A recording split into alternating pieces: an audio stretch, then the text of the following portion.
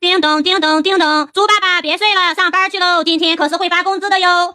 太好了太好了，我要赶快穿上衣服去上班。猪爸爸，你是不是变态呀？你是男是女？你居然穿我的衣服，赶快还给我！哎呀，抱歉，猪妈妈，我没看清楚，还给你。那我就穿这一件吧。爸爸，你欺负小孩，这是我乔治的衣服，你起开！乔治，你别生气，我起开。哎呀，那我只能穿这一件了。爸爸，我上学快要迟到了，这是我的衣服。哎呀，佩奇，爸爸还给你。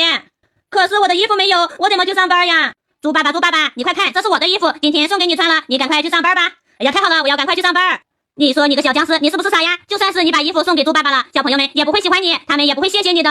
哼，真的不喜欢我。